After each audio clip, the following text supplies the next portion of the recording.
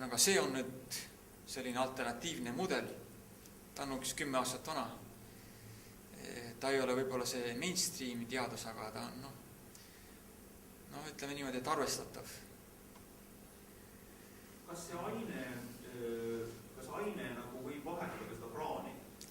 Kas aine võib minna ühest praanist teisele? Selles mudelis põhimõtteliselt aine on mingid praaniergastused. Et ainet me ei kirjelda mingit asjadena, mis elavad seal peal, vaid on selle praani võnkumised.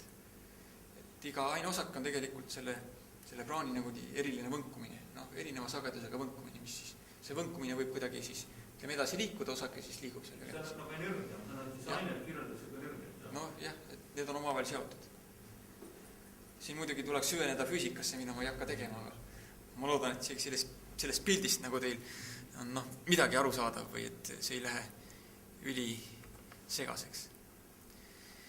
Nii, teine mudel on, et need kõrgemad dimensioonid ei ole mitte lõpmatud nagu eelmisel pildil, vaid on sellised kompaktsed.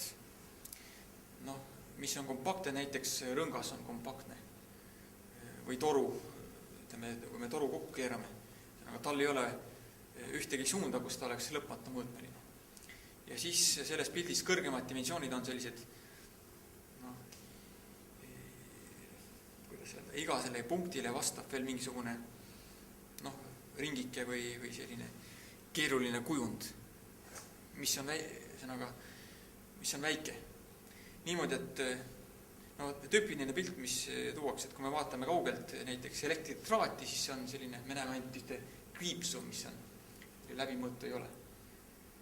Me vaatame kaugelt traati, aga siis kui me läheme talle lähedale, siis me näeme, et tal on ka mingisugune, traadil on ümbermõõt ja saab selle ümber traadi käia. Kaugelt vaadates saab ainult nagu pikki traati liikuda, aga lähedalt vaadates saab nagu ka teha ringi ümber. Ja see ring on siis selline kompaktne mõõde. Suletud, väike mõõde. Ja siis on need teooriad, mis ütlevad, et need kõrgemad dimensioonid ei ole mitte suure ulatusega, vaid need on väikesed, sellised kompaktsed. Et kui meil oleks mingisugune katse, kus me saaks mikroskoobis suurendada nii palju, et me oleme sellega samas suurusjärgus, siis me hakkaksime nägema mingeid efekte. Aga kuna meie oleme siin meetri pikkused ja me näeme, seal osakeste protsesse, mis on femtomeetri või nanomeetri, seal 10⁻15 meetrit. Ja siis me siiski neid veel ei näe, kõrgemaid dimensioone.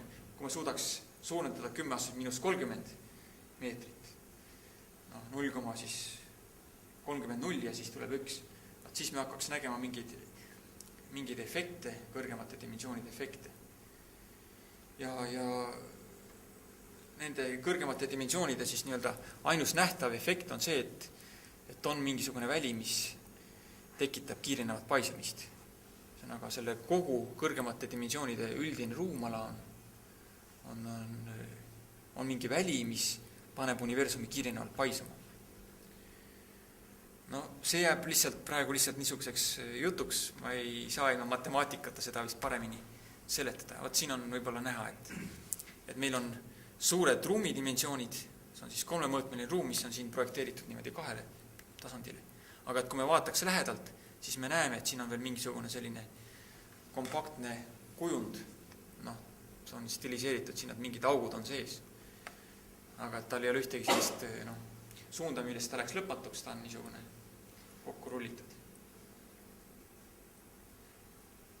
Nii, ja mis temaga võib toimuda? Et need mõned kompaktsed dimensioonid võiksid hakata paisuma. Niimoodi, et siin on tõmmatud üks raadiusring, kui see hakkab suurenema, siis mingil hetkel ta võiks suureneda niisuguseks, et ta hakkaks omama mõju meie nähtavas maailmas. Vaata, mis mul siin. Aga pilt on tumeda energia jaoks selline, et tume energia on kogu selle kõrgemate dimensioonide kogu ruumala efekt. Ja dünaamika tõttu see ruumala muutub. See ruumala võib võib kokku tõmbuda, võib ise ka paisuda.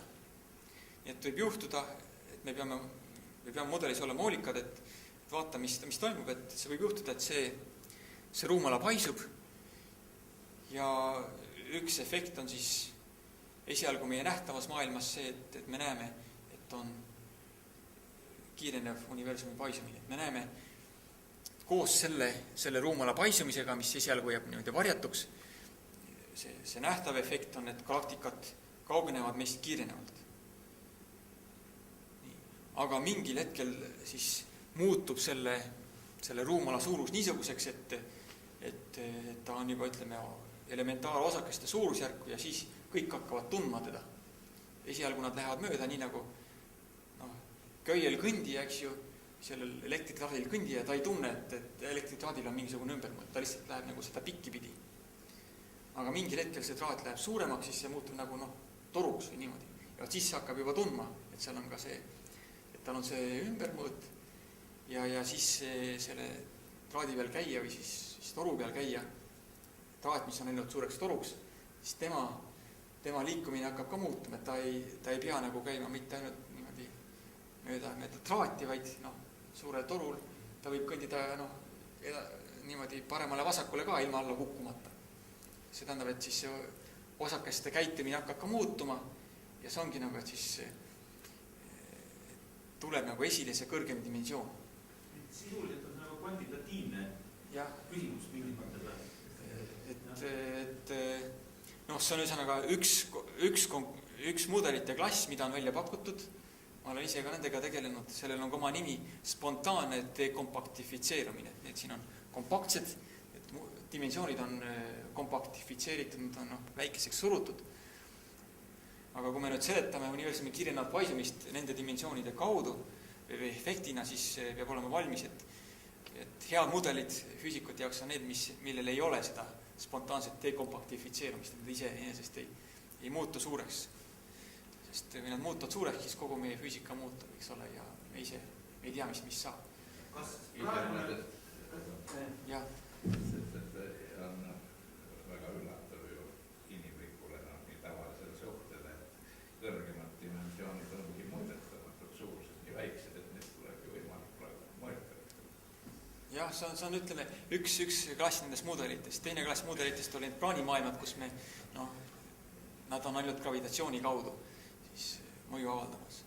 Kas praegu teada olevas universumi ajaloos on olnud mingid sellist dimensionaalset kuidas öelda siis dekompaktiseerumist? Ühesõnaga, või kas seal on mingid hetke, kas on teada seda, et on see tekkinud see kolmedimensionaalsus? See on jälle huvitav küsimus, sellepärast, et mis oli väga varases universumis, me ei tea. Suures paugus oli hästi suur energiatihedus, hästi kuum oli ja me kardame, et meie olemasolevad teooriad lihtsalt seal ei tööta. See peab olema mingisugune parem üldisem teooria. Ja kui me võtame, tüüpiline see näide on stringiteooriat, millel on igasuguseid põhjendusi, nad ühendavad osakeste mudeleid ja nii edasi. Siis seal on võimalik, siis uuritakse, et universum hakkas paisuma, et millegi pärast paisus, ütleme, ainult 3 ruumidimensiooni, ülejäänud jäi väikseks. Aga et leida sellist mehhanismi, miks nii toimus, et paisus siis alguses 3 dimensiooni, ülejäänud olid väiksed, ja aga ülejäänud omavad hiljem mingit mõju, mis tekitavad nende 3 suure ruumidimensiooni edasist paisumist ja siis võiks olla, et 3 väikest nagu siis pärast hakkavad ise paisuma järgi niimoodi. Tulevad teises vaatuses hakkavad nemad alles saavutama. Jah. Aga seda ma küsingi, et kas suures paugust alates on ikkagi olnud need 3 dimensiooni nagu võrdsed? Või on olnud niimoodi, et need on ka järgud, et on olnud ühe mõõtmine, siis on paberileht ja siis see juba on paberiplokk. Ja seda on uuritud, aga üldiselt on ikkagi 3 võrdset, nii palju kui me näeme. Kõik suunad on nagu võrdsed. Et see on isegi üks aluspostulaat, isotroopsus, et ükskõik, mis suunas me vaatame, universum paistab samasugusena. Ei ole nagu eelissuundi. Aga muidugi selle kiire paisumise efekt on ka see, et kui olid alguses eelissuunad, siis need erinevused on kadunud tühiselt väikesteks praeguseks või selle kiirema paisumise tõttu.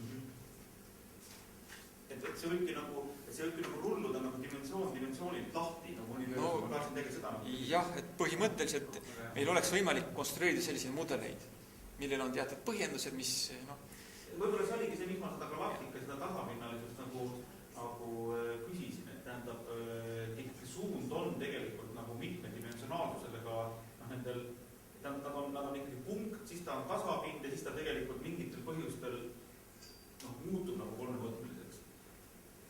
no üks on see, et milline on ruum, teine on see, milline on mateeria seal ruumis, et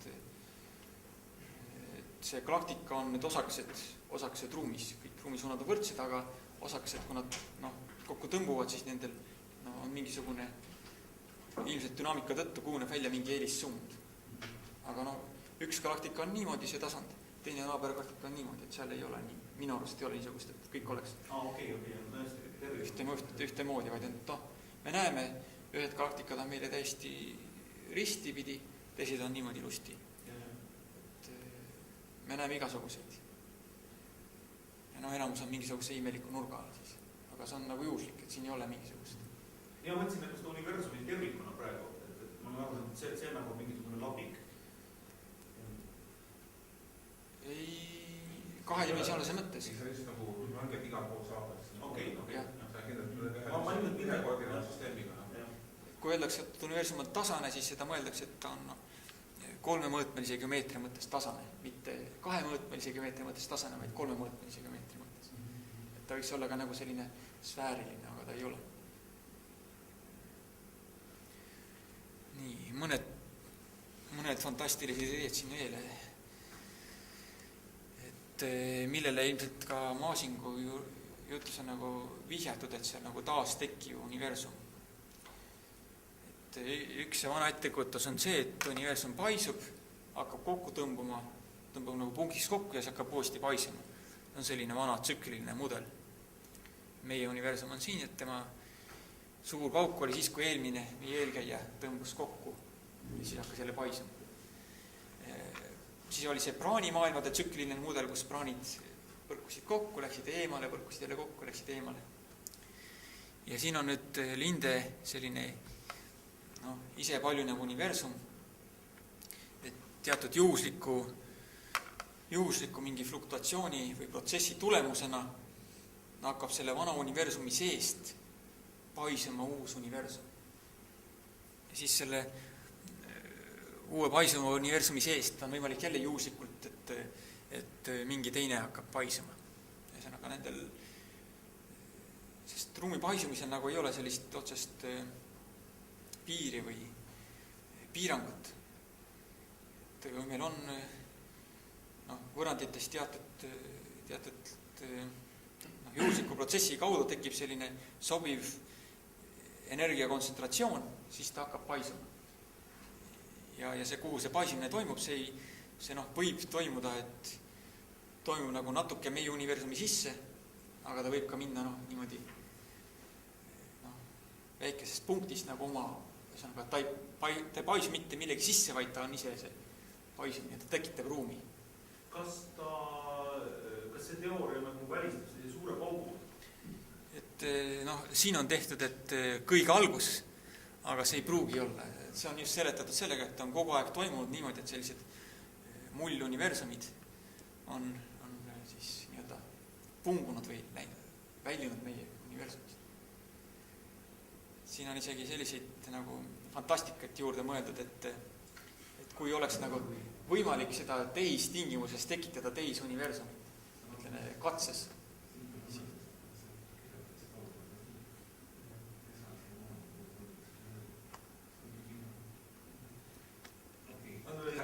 Tähendab, see on ka muidugi nagu, see on muidugi nagu kahedimensionaalne projektsioon, et kõik need on muidugi kolmedimensionaalsed siin. Ja tema mõte on veel see, et igas nii-öelda järglasuniversumis need füüsikaseadused on natuke erinevad. Siin võib ka mõelda sedasi, et kui siin pungub see uus pung, siis füüsikaseadused seal võivad natuke erineda ja siis millistel universumitel on nagu palju järglasi ja millistel on vähem, et see sõltub niimoodi. Üks füüsik Liis Moolin, kosmoloog, pakkus välja, et uued universumid tekivad just mustade aukude sisse. Kuna seal on füüsika, mida me täpselt ei tunne, sealt võiks ta ju olla. Ja nüüd millisel universumil on palju järglasi? Palju järglasi on sellel universumil, kus on palju musti auke. Palju musti auke on sellel universumil, kus on palju tähti, sest mustad augud tüüpiliselt tekivad tähtede evolutsiooni lõppstaadiumis, vähemalt suurte tähtede lõppstaadiumis. Ja selle musta augu tekkiga, see supernova protsessis kaasneb ka raskete elementide loomine ja meie koosneme rasketest elementidest. Palju järglasi on nendel universumitel, kus on raskeid elementi ja kus on võimalik seega ka, ütleme siis, inimese või olendite, planeetide olemasolu. Sellega on nagu siis seletatud, miks meie oleme, et kas see meie universum niisuguses mudelis peaks olema tüüpiline või ebatüüpiline, siis vastus on, et me oleme tüüpilises universumis. Sest palju järglasi on nendel selles universumite populatsioonis, kus on palju musti auke. Ja musti auke on palju seal, kus on palju tähed. Tähed saavad tekkida. Nii edasi.